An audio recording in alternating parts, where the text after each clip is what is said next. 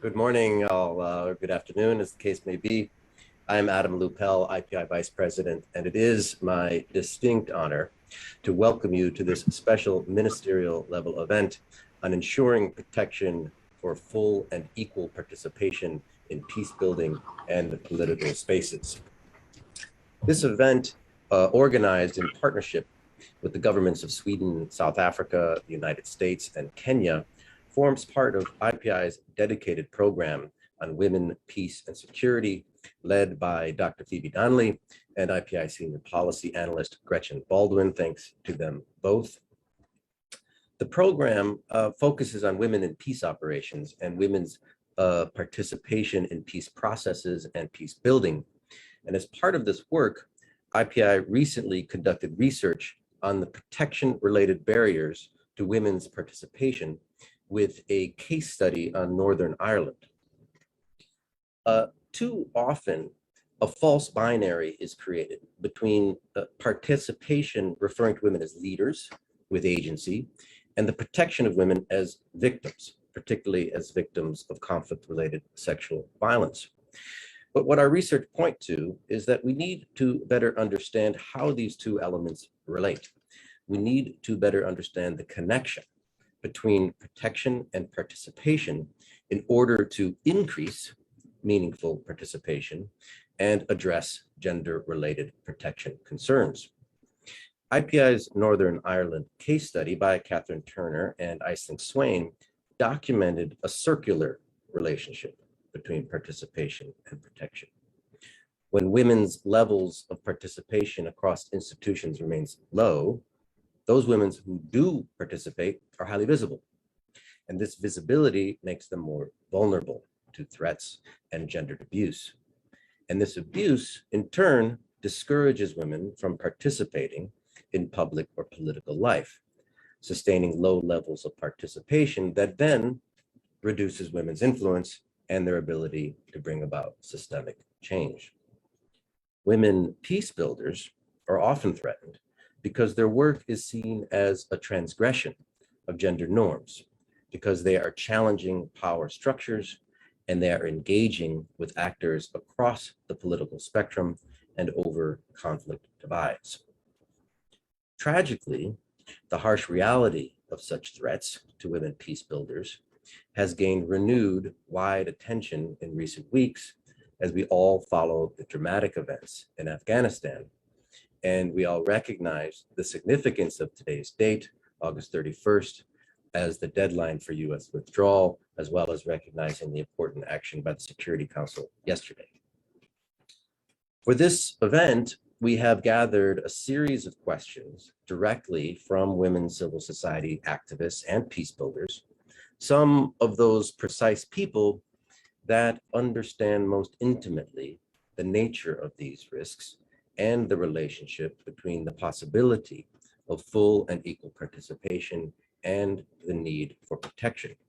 In this way, we hope to foster a dialogue that can help to bridge and connect civil society and policy-making circles. And we have a very distinguished panel to discuss all of this. With us here in our virtual room today, we have Her Excellency Ms. Adlinda, Minister for Foreign Affairs of Sweden and 2021 Chairperson in Office of the OSCE, Her Excellency Dr. Naledi Pandor, Minister of International Relations and Cooperation of South Africa, the Honorable Ms. Linda Thomas Greenfield, Permanent Representative of the United States of America to the United Nations, and Professor Margaret Kobia, Cabinet Secretary, Ministry of Public Service and Gender of the Republic of Kenya. Welcome to you all. It is a distinct honor to have you. The agreed format for our discussion will be as follows. I will pose a series of questions to our panelists as submitted by representatives of international civil society. And then at the end of our discussion, each minister will have the opportunity to provide brief closing remarks. As the occasion merits, the first question comes from a colleague from Afghanistan, from IPI policy analyst Masuma Ramati, who up until recently was doing field work in Afghanistan, where she is from. She writes to us, Most of the Afghan women peace builders and women's rights activists that have worked in Afghanistan are under threat. Even some of the participants who submitted questions for today's event. How can we protect and support women peace builders, gender activists, and human rights defenders in this exceedingly difficult moment without US and NATO security guarantees? We will go first to Minister Linda. Minister, the floor is yours. Thank you very much. And thank you very much, Masuma, for your question. And let me start with a very good news, because yesterday I made public that we have managed to evacuate one of the most distinguished women journalists from Afghanistan, Nadia Alimi, who is a remarkable young journalist woman who has been a leading television journalist. And she was under huge threat in Afghanistan. I'm so happy we managed to evacuate her.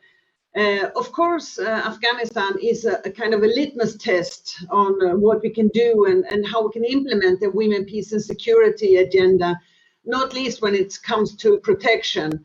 And I would like to point out 3 points that are essential. First, there need to be continued mobilization and collaboration at all levels. Both the civil society, regional actors, like-minded parties.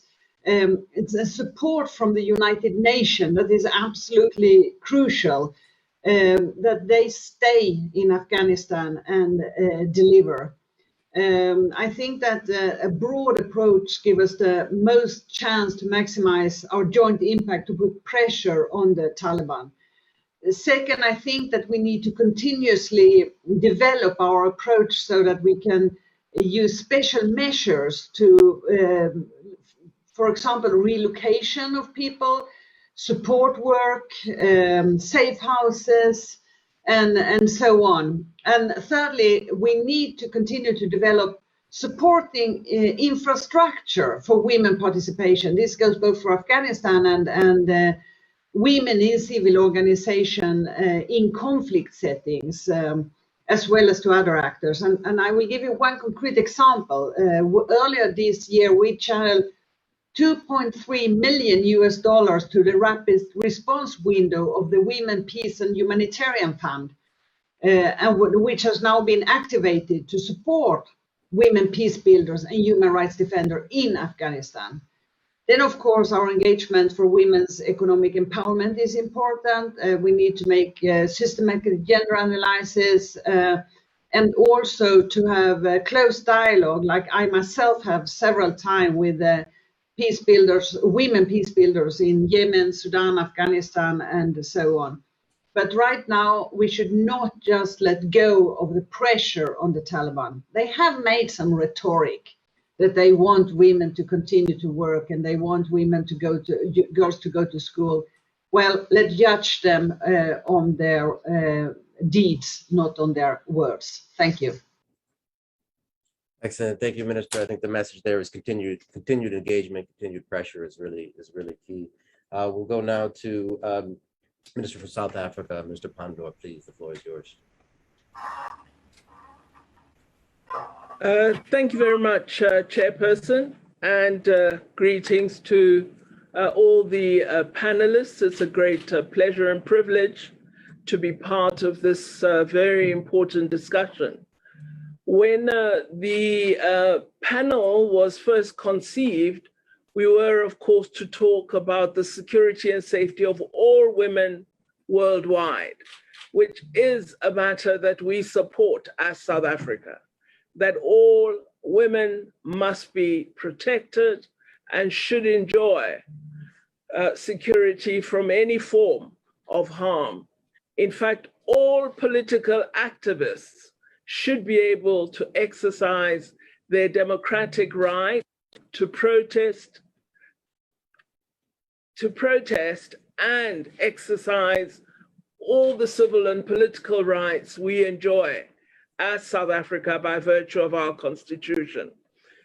We are disturbed by the inability of the international community to protect women when they face the threats that Masuma has referred to. And we believe that it is important we look at the international frameworks that we have under the auspices of the United Nations, because when we framed international law or humanitarian law, diversity was not incorporated into the key frameworks. And so there is a need to look at how we might adjust in order to ensure that categories of persons that have not been incorporated, included, or referred to in existing international frameworks enjoy reference in appropriate conventions and other regulations, so that there are institutions that have a legal mandate to ensure their protection. It should not be that women who engage in political activity have to rely on the good graces of international friends in order to survive. It must be part of the recognition of any government that it attaches to instruments of protection, and that it is a requirement by virtue of being part of the global family that those instruments are respected, not just in word, but in practice. This, we believe, would be a means of ensuring greater protection for women activists, women peacemakers, women peace builders all over the world. Thank you very much, Chairperson. Excellent.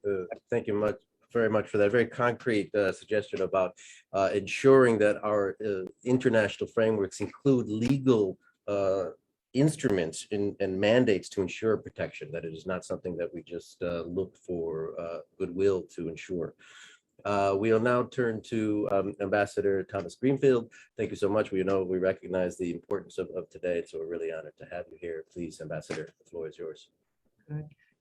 Thank you very much, Adam. And let me just start by aligning myself with the comments of the two previous speakers. We all, I think, are in absolute agreement with each other on the importance of this issue, Masuma, and I appreciate you raising it. It's very relevant, particularly today, because yesterday, the Security Council spoke strongly on the need for Afghanistan's future government to uphold Afghanistan's international obligations for all its people, but particularly as it relates to women and girls. And I will tell you, it was not an easy negotiations, including negotiations within the P5. And I personally worked to ensure that we reference the importance of women's participation in Afghanistan. And I think we have to constantly raise this issue as we move forward. This is really deeply personal for me, as it is for so many others who are working on this issue. I actually worked in Afghanistan many years ago, before this current crisis. I was there in the mid-90s, working on refugee and humanitarian issues. And over the course of my diplomatic career, I've worked on these issues around the globe. And in every single case, the importance of ensuring the participation, ensuring the recognition of the importance of women and girls has been very much a part of what I've done. I witnessed the terror that Afghan women faced under the Taliban in the 1990s. So my approach now is not in any way starry-eyed. And as Minister Lynn said, we hear their words. But what we will be looking for, as I know you will be as well, we will be looking at what they do and how they address the issues related to women. And we're going to hold them accountable, as we indicated in the resolution that we passed yesterday. I am very, very proud that the US actually got out 123,000 people out of Afghanistan. About half of those people were women and girls. And we heard some very heart-wrenching stories. And we continue to hear heart-wrenching stories from people who have been left behind. And so now that our military has pulled out, it is time for us to engage in much more intensive diplomatic efforts to address the safety and freedom of Afghan women. And to that end, we will continue to engage relentlessly in a diplomacy with all the countries, those represented here, but other countries around the world who share our interest in a safe and stable Afghanistan that fulfills its obligations to its people, and particularly its obligation to women and girls. So I want to encourage you to keep the faith, to stay strong, and know that you have the entire international community backing and supporting you, and working to find paths for Afghan women to participate, but also for you to seek safety if that's what you require. Thank you, Adam. Great, thank you, Ambassador. And I think that that final point about the need that now with the military departing, that what we are entering into is an intensive stage of diplomacy, is recognized yesterday in the Security Council. And I think that really echoes the Minister Lynn's point about that we now need to focus on continued engagement and pressure, and the international community really needs to come together to do that. And that's what I'm hearing here today. Thank you very much for that. We'll now turn to Kenya. Minister Kobia, Cabinet Secretary, please, the floor is yours. Thank you very much for this opportunity. Let me say my first point is that the Kenya government recognizes the role women play in peace building, and it is for that reason we implemented the resolution 1325 in the UN Security Council. And in particular, going back to this question of how do we support women participation in peace building, especially those who are experiencing the challenges of at fund. Let me say that peace building for women is an uphill task. In the first place, it was never like one of the interventions that come obvious. It has been a journey to have women participate in peace building, and we now know better that having 10% or 20% is not good enough. Therefore, raising it to about 30% in any peace building setup perhaps holds the promise of how their voice can be heard. So let me also say that East Africa region, we are receiving, especially through the country Uganda and Rwanda, some of the victims that are coming to seek homage in as refugees. And of course, then we can already feel the impact of hosting the refugees, the challenges that they have to go through, both women and men. And therefore, that challenge has come near to us to know that when we are faced with this type of crisis, nobody is safe. Therefore, I would call to international community, the UN, to have sustainable intervention, because peace building is like a journey. It's never a destination. Therefore, one time we are quite peaceful in a certain country, but due to a certain crisis, whatever the crisis must be, then we need that resilience of how do we sustain peace building, and especially supporting women.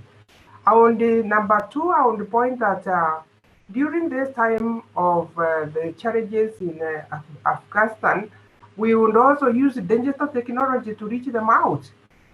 It may be difficult, but I imagine they need capacity building, they need support, they need to be told, yes, raise your voice, and whenever there are any intervention, I think they need to partner, come together, both even with other gender, the men. I would just want to actually highlight the role of also having women in peace building, also with men allies, such that when they are having this kind of crisis, it's not just themselves alone, they are partnered with the government, civil society, development partners, so that when they're having this kind of issue, that they are able to be supported. Therefore, I would like to say that partnership plays a very critical role, and also making sure that how do they get clarity of the issues that they need to confront during the time of crisis, so that they are able to have a plan. Because I can imagine now, if I'm in Afghanistan and there is this crisis, if there is no capacity to have a plan, what are the first things first, and what do we do next? Therefore, they always need that support, and I think the international community is important. My final point, I want to visit the indigenous knowledge, because when it comes to peace building, communities world over, they are the way of how they dealt with the issues of crisis, and indigenous knowledge plays a very critical role. So I think we come together as international community and try those models that have worked, especially getting also some safe places where the forums and dialogue can continue. They can be very lonely if you're about 5 women who are struggling with the peace building or conflict resolution in a country where you're facing a crisis, if they start feeling lonely. So having other like-minded peace builders, both men and the women, I think is quite helpful. I thank you. Thank you so much. I think this point about male allies is extremely important as we look to the relationship between protection and participation. That we need to increase the numbers of women participating, and also think about how they work in partnership with others. You made a point about technology, which I think is extremely important as we look to how to support women peace builders. We need to think about innovative technological solutions. But this was also a question that was raised by a number of our civil society partners about how to do that safely, because the virtual space is not always a safe space, and so we need to think about how to do that better. And that was a concern that was raised by many of our civil society partners. And then, of course, thank you so much for the comment on indigenous knowledge. I think we all recognize the importance of working with local knowledge, and often it is the women peace builders that are the conduits for this knowledge that is so important for the international community to recognize and respect. I'm going to turn to our second round of questions. And this one comes from Agnieszka Valdutra Santos, who is from the Global Network of Women Peace Builders. She asks, what role do you see for regional organizations and regional networks in supporting diverse women's meaningful participation in peace processes and implementation of peace agreements? What, and this is the specific question, what are some good practices of what works and lessons learned from the approaches that do not work? Minister Lynn, I know that you are speaking to us from Vienna in your capacity as chairperson in office of the OSCE. So this question is particularly, I think, kind of relevant to you. Could you please begin? The floor is yours. Yeah, thank you. Well, OSCE is the world's largest regional security organization. And I think, of course, the possibility to push the women, peace and security agenda is very important, because if you are in the leadership of a regional organization, you can set the agenda for normative development and then translate it into good practice in the field. I try to mainstream the agenda throughout all of the entities and activities, from policy discussion at the headquarters and ministerial conference to the field. And I have also, and I think it's important that you should ask all, for example, in OSCE case, heads of mission, to put in a gender analysis when they go back with their reports, yearly reports and things like that, and also try to talk to leaders in missions that they need to have a special gender glasses on when they are doing their work.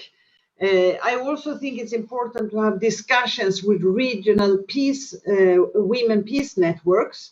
And I have met with networks from different parts of the world. And I think that the pandemic has showed us how we can use virtual meetings in a way that we didn't do before. So that also regional networks that don't have the means to travel can now take part in virtual meeting in a way that they couldn't do before, or maybe just because we didn't know that we had that possibility. Another issue is, of course, for mediation networks. And we started a mediation network in the Nordic countries. And now there are regional networks in most of the different parts of the world. And I think that is of great importance because there are different issues in different parts of the world. And at the same time, we can share experiences among the different regional networks. Thank you. Excellent. Thank you so much for the view from Vienna there on the important role of regional organizations. I think your point of normative development is extremely important in facilitating these networks that are out there and trying to take the opportunity of innovation to help to increase access, especially for those who haven't had resource before to do so. You mentioned mediation networks. IPI has done a fair amount of work with the African Women's Mediation Network, which I know is very, very active. And so I'll turn now to our colleague from South Africa, Mr. Pandor, please, the floor is yours. Thank you once again. Well, we believe regional and sub-regional organizations are pivotal in terms of playing a role in the discussions and implementation of peace agreements. I believe they could also play a very important role through identifying best practice worldwide and providing women political leaders and activists with models that they could use as a basis for demands when equality and human security is being developed and debated in post-conflict processes. There are a number of examples that we have through the African Union and the regional economic communities, which have all played a role in facilitating peace agreements, and they ensured a greater role for women in these processes. For example, ECOWAS, the Economic Community of West Africa, established the Mano River Women's Peace Network in 2000 as a mechanism for facilitating the participation of women in peace processes in that region. They made a significant contribution to advancing peace and ending the conflict in Liberia in 2003. Our own region, SADC, South Africa, through President Ramaphosa, has been the facilitator of an inclusive peace process in Lesotho. And this is an example that is really beginning to show excellent results, and women have played a key role in negotiating the outcomes that are leading to the framing of a new constitution. In the AU, the Office of the African Union Special Envoy on Peace and Security was created to ensure the involvement of women in peace processes, because we noted that there was a gap in women playing a role in this regard. And in order to enhance their participation, the African Union created FemWise Africa to support women's participation as activists and members of civil society in different tracks of mediation. In South Africa, of course, along with our partners, particularly Norway, we continue to host training programs for women mediators and negotiators coming from all parts of the African continent and in our own national sphere. as the objective of improving the capacity of women mediators. IPI has supported us in this work as well. The programs have proven very successful as women are able to share experiences, reflect on existing policies and challenges, and develop recommendations on how they should act in the national, regional, and international sphere. The challenge, of course, for all of us remains, how do we move from rhetoric to implementation? And I think on the African continent, we are beginning to see some very interesting examples. Thank you very much. Thank you so much. I'm just writing that last point down because that is so important. I mean, the real challenges, and I think we see that again and again, it is the challenge of moving from rhetoric to implementation. There is, I believe, on this issue, a lot of goodwill out there. And I think regional organizations in particular are very good, as we're hearing, of bringing these networks together. And thank you so much for recognizing IPI support here.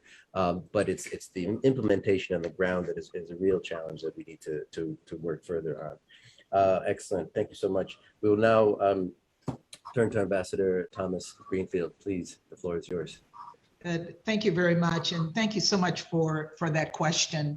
I think regional organizations and regional networks have a key role to play in furthering women and furthering diversity and peace for women. As I thought about the answer to this question, I'm recalling having served as the ambassador to Liberia when Ellen Johnson Sirleaf was president of the country, and the key role that Liberian women played with the support of ECOWAS to force peace negotiations forward, and actually the contributions that they made to bringing peace to Liberia, and then electing the first woman president on the continent of Africa. So I do believe regional groups like ECOWAS, like the AU, that made the decision, as Minister Pandor mentioned, to appoint a special envoy on women's issues, really have the power to elevate and to push women's issues forward. You asked what works, and I think what works is being consciously biased in favor of women's participation, and ensuring that every organization on its agenda include women, because we know when women participate, we see different outcomes, and we want to see success, and that success cannot happen if we don't consult the people who are closest to the challenges, and people who are the largest victims of some of these peace and security challenges that we face around the world. And the simple answer to what does not work is leaving the voices of women out, leaving 50% of our populations out of the discussions on things that affect them. And women know better than anyone how to address their issues. And sometimes we do leave them out of the discussions. So whether we're hosting regular roundtables with women leaders in places like Kuwait, or pushing for high-level meetings to support women's participation in Sudan, or addressing the victimization of women being used as tools of war, such as the situation we're dealing with in Ethiopia, we've found that everyone benefits when we insist that women themselves have a voice and have a seat at the table. Thank you. Fantastic. Thank you so much. I mean, I feel like I could just quote those last points there, that to be consciously biased in favor of women's participation. Why? Because it works. Because we want, and we see different outcomes when we do that, and we all want success, and this actually benefits everyone. And I think that's a really, really important message to amplify. So thank you so much for that. We'll now turn back to Kenya. Mr. Kobia, please, the floor is yours. Thank you very much. I do concur with the views shared by the other panelists, and I will start by saying that if we are really to benefit from this regional and organizational network, we must really know that they can help in capacity development, especially of frameworks that can be implemented. Therefore, I have in mind the institute that deal with the peace, security, peace and conflict resolution, public policy, and all, if they came together, they could help us have the framework that can be held accountable and be able to measure results. I think they could also help in capacity building because they could propose, what I've seen in Kenya is having tools that can be used for planning, can be used for monitoring, can also be used for evaluation. I've also seen regional organizations come together to have kind of a dialogue forum where the women can also lobby for kind of resources, and they can also lobby for their voice to be heard, especially making sure that women and girls are not left behind, because in the first place, every time they think about peace and security, they think men first. I see this regional organization really being very helpful in doing research. If we are like Kenya Institute of Public Policy Research and Analysis, I can see them bringing on the table research data that can inform policy, and also conclusions and reforms can actually tell us what works. I can also see this regional organization as networks. Some are very good in lobbying for resources, because also women in peace and security, they lack the necessary resources to deliver on their plan. So I see where regional organization can be able to help write those proposals that they could get some resources to carry on the agenda. I also see that the regional organization can also be able to set gender sensitive measures. That's what I've seen in Kenya, so that when they can lobby and say, in this committee, we must have 30% of women, or we must have 50-50, so that the diversity and the voices of women are known, so that we no longer look at women as victims of the peace and security, but also they can provide solutions. And finally, I think what doesn't work, Chair, is the lack of unity in purpose. As you find regional groups have come together, but if they are not united in purpose, then they lack the focus, and then they are not able to sustain. That draws women and girls' effort towards peace and security farm back. I thank you.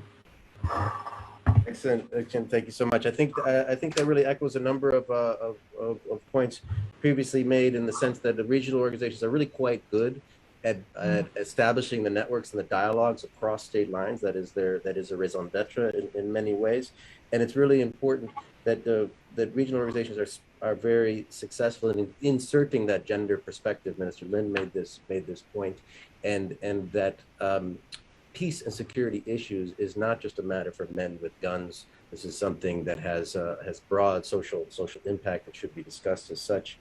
And what doesn't work, as you say, is a lack of united purpose. But what that tells me is, going back to Ambassador Thomas Greenfield's point, is that what we need to communicate is working, bringing in these voices is something that we all have benefit for, and so that should unite our purpose to take action on these measures. Excellent, thank you so much. We've got about 15 or so minutes left. I know that Ambassador Thomas Greenfield has to leave a bit early, so what I'd like to do, if there's agreement, is wrap in the final question into some final remarks. So what I'll do is I'll pose this third question, but then also you should feel free to take another minute or so to give a final remark, so that we can be sure that we end on time. And I'm going to go to Ambassador Thomas Greenfield first, so that we know that you can be on time for your important meeting down in Washington. So the final question then is from Isha Sakar from Yongo, the youth constituency of United Nations Framework Convention on Climate Change. We're discussing the inclusion of women, but young women are, of course, a really important part of this discussion as well. And we've mentioned a number of times in the course of our conversation issues related to technology, And she raises a question here, and that is, with the shift to a virtual mode of communication, the contact information for women activists is easily available in the public domain, which has resulted in an increase in cyberbullying. Women receive unwanted calls from unknown numbers at odd times of the day, are sent unwanted graphics, and generally harassed in the virtual domain. How does the international community, which, as we've discussed, which is also relying on a virtual mode of communication, how does the international community ensure that the virtual space is safe for women? Really important question for this topic and for our times. And so again, I'm going to return to Ambassador Thomas Greenfield first, and you could respond to the question and also give us your final remarks, and then we'll turn back to the panel. Thank you, Ambassador. The floor is yours. Thank you so much, and thank you for that question. We know that this kind of cyberbullying it's violence, and it's meant to silence women, and we cannot, absolutely cannot allow that to happen. As a public servant and a woman, we've all been victimized by it, and we all have to work to address it. And I am very, very delighted that President Biden requested the first ever U.S. National Action Plan to end gender-based violence domestically. And he's requested that we provide him an update to the U.S. strategy to prevent and respond to gender-based violence globally. And both of these plans will address online harassment and abuse directly. So will the National Task Force on Online Harassment and Abuse. But the internet doesn't stop at borders.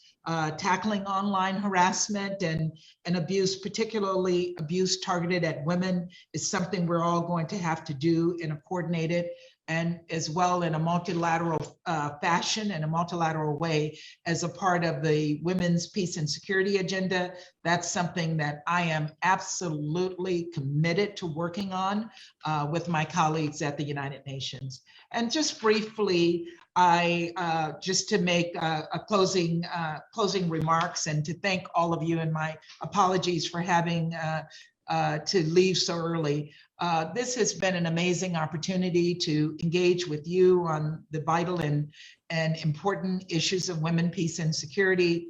Women make the world more peaceful, and that's a fact. If anyone wants to dispute me, I look forward to that debate.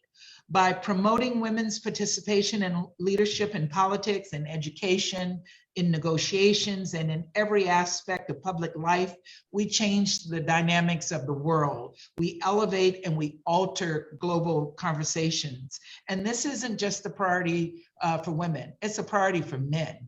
And it's a priority for our children moving forward. It's a critical priority for everyone on the planet who values peace and values progress. Still, somehow in 2021, women and girls have largely been left behind in peace processes. Their voices are silenced. Their experiences are dismissed. And that is beyond unacceptable. It cannot continue, and we must all work to lift them up and not allow them to be knocked down. We have to address this today, not tomorrow, and we have to address it together. The recent events unfolding in conflicts around the world, in Afghanistan, in Ethiopia, the list goes on, and the tragic realities for women and girls in so many parts of the world should serve as a clarion call to action for all of us today. And I want to end by saying that the United States stands firm in our commitment to promoting women's peace and security agenda and to protecting the equal rights for all people, but particularly for women and girls, both here at home as well as abroad. And again, thank you to all of my panelists. Thank you to IPI. Adam, thank you for hosting this, and my deep, deep apologies for having to leave early.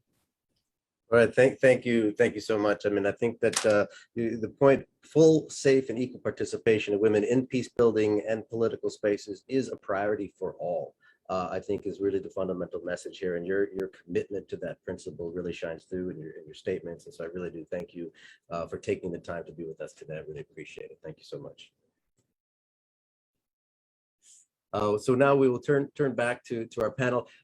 Minister Linda, I think I'm going to go to you last, if you don't mind. I'm going to give you the final word, and so I'm going to head to South Africa next to respond to this question about the virtual space, safe spaces in the virtual sphere, and also any final remarks. And then we'll go to Kenya and then Sweden for the final wrap up. Mr. Pandor, please, the floor is yours. Thank you very much again.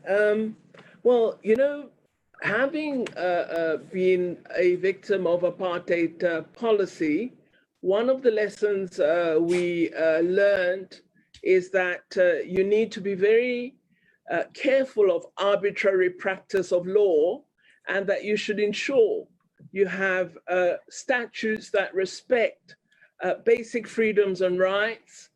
And you also must use collective activism to achieve positive ends. And so I really want to stress that law is important and activism is critical. We in South Africa have just finalized the Cyber Crimes Act, which, as the ambassador indicated, with the policy being developed in the United States, seeks to bring our laws in line with international standards. The Act criminalizes a wide variety of cyber crimes, particularly crimes linked to cyberbullying. It seeks to curb cyberbullying, where people send electronic messages or post on social media hate speech and threats to women and others who are threatened with violence or harm. The virtual world we've now become used to, given COVID-19, has been of immense, I think, benefit to society, but it has introduced some harm. And we are fully alert to the important positive value of virtual platforms, but we also recognize the harm that abuse of cyber spaces might cause. I think I would like to call on us to ensure that the cyberspace does not become a privileged space for the few, nor a space of harm, but that we utilize it for the broader participation of women in peace processes, and ensure that the cyber methodology does not exclude women from physical spaces where these are utilized for negotiation. We should ensure also that cyber access is not for the privileged middle or upper classes, but that women from rural backgrounds and the working class enjoy digital access and full inclusion in processes of peace and security. When South Africa proposed the Security Council resolution, which was eventually adopted as a resolution 2493, we sought to encourage states to create safe environments for women in civil society and in activities related to peace processes. If states act on that resolution, they will adopt laws that criminalize cyberbullying and other abuses of digital technology. I'd like to conclude then by just mentioning that our country is celebrating a rare heroine, a woman called Charlotte Maxeke, who was a pioneer of the women's movement in South Africa. The first time she attended a meeting of the formation of a political organization in South Africa, she was one woman among hundreds of men. And the meeting began with a 2.5-hour debate on whether she should be allowed to remain in the meeting. Eventually, a sensible male supported her presence and won the day, and she stayed and led on to the formation of the women's political movement in South Africa.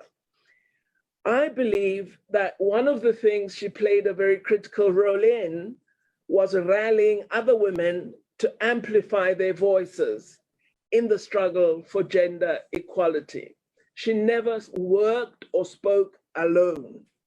I believe that this meeting does give us space to promote the women, peace and security agenda. And I think it brings to life her ambition of seeing women included and being at the forefront of political and peace processes in Africa and all over the world. I want to close by thanking IPI for organizing this event, and of course, my fellow panelists, my dear friends, Minister Linda, and my colleague from Kenya for their contributions, as well as the civil society organizations for the insightful questions that they've asked all of us. I believe the dialogue must lead to a focus on those concrete actions that must be taken to move beyond words in resolutions and statements to action, where women in reality are not excluded from processes that lead to peaceful and fair societies that respect human dignity. I really thank you for this opportunity, and I look forward to meeting Minister Linda and colleagues very soon. Thank you very much. Excellent. Thank you so much. I really appreciate that. We've only got about 7 minutes left. So, Mr. Kobe, please, final words, and then we'll turn to Sweden for final remarks. Thank you very much. This particular question is very, very important because the future is technology, future is virtual, and if women who are participating in peace and security are not going to find a good ground to advance their cause, then I think we need to worry. So I would even urge the Institute of Peace and Security, this area of technology, I don't think we have done enough work on it because social media is a double-edged sword. It can support, but at the same time, I've seen it in Kenya, defame women activists. And therefore, I think it is very important that the fake news, defamation, we stick to the law. I've had to discuss it with my Minister of Information and Communication Technology so that the laws have just been put into effect so that it becomes a criminal to harass through cyber.